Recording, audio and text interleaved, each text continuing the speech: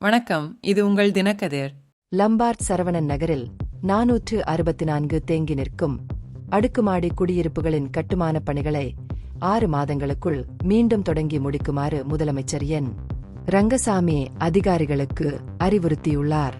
இந்த அடுக்குமாடி குடியிருப்புகள் புதுச்சேரி குடிசை மாற்று வாரியத்தால் PSCB மேற்கொள்ளப்பட்ட வறியவர்களுக்கான வீட்டுவசதி திட்டத்தின் ஒரு பகுதியாகும். ஆரம்பத்தில் 896 அலகுகளுக்கு அனுமதிக்கப்பட்ட இந்த திட்டம் தாமதங்களை எதிர்கொண்டது. ஆனால் திங்களன்று நடைபெற்ற உயர்மட்ட மதிப்பாய்வு கூட்டத்தின் போது வழங்கப்பட்ட உத்தரவைத் தொடர்ந்து கட்டுமானம் இப்போது மீண்டும் தொடங்கப்பட்டுள்ளது.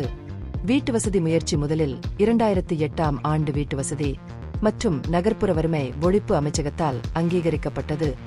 ரெட்டியார்பாளையத்தில் ₹37.38 கோடி மதிப்பீட்டில் 1136 குடியிருப்பு அலகுகளை கட்டும் திட்டத்துடன் மத்திய அரசு ₹28 கோடியை உறுதியளித்தது. மீதமுள்ள ₹9.33 கோடியை புதுச்சேரி அரசு பங்களிக்க இருந்தது.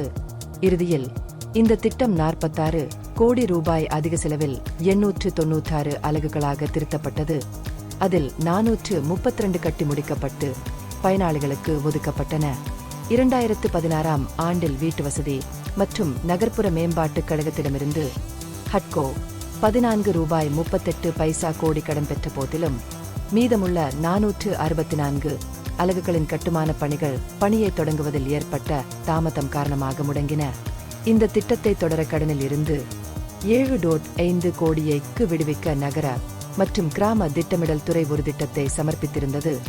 ஆனால் கட்டுமானப் பணிகள் இதுவரை தொடரவில்லை.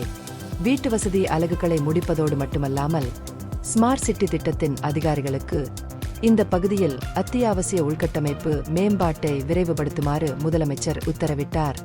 இதில் புதிய வீட்டு வளாகத்தை ஆதரிப்பதற்கும் எதிர்கால குடியிருப்பாளர்களின் வாழ்க்கை நிலைமைகளை மேம்படுத்துவதற்கும் சாலைகள், கழிவுநீர் அமைப்புகள் மற்றும் குடிநீர் வசதிகளை வழங்குதல் ஆகியவை அடங்கும். இதற்கிடையில் வீட்டு வசதி அமைச்சர் P.R.N. திருமுருகன் PSCB அதிகாரிகளுடன் சேர்ந்து ஒருங்கிணைந்த பெருந்தலைவர் காமராஜ் மற்றும் பிரதமரின் வீடு கட்டும் திட்டங்களின் கீழ் தகுதியுள்ள பயனாளிகளுக்கு ₹5 லட்சம் மானியத்திற்கான திட்டத்தை சமர்ப்பித்தார். முதல்வர் இந்த திட்டத்தை அங்கீகரித்து சரியான நேரத்தில் பணம் வழங்க வேண்டியதன் அவசியத்தை வலியுறுத்தினார். இந்த கூட்டத்தில் அமைச்சர் திருமுருகன், MLA G. நேரு மற்றும் PSCB மற்றும் ஸ்மார்ட் சிட்டி திட்டத்தின் மூத்த அதிகாரிகள் கலந்து கொண்டனர். இந்த பகுப்பாய்வு நுண்ணறிவுள்ளதாக கண்டால் முக்கியமான அரசியல் முன்னேற்றங்கள் குறித்த கூடுதல் புதுப்பிப்புகளுக்கு லைக் செய்யவும், ஷேர் செய்யவும், சப்ஸ்கிரைப் செய்யவும். இது உங்கள் தினக்கதிர். நன்றி.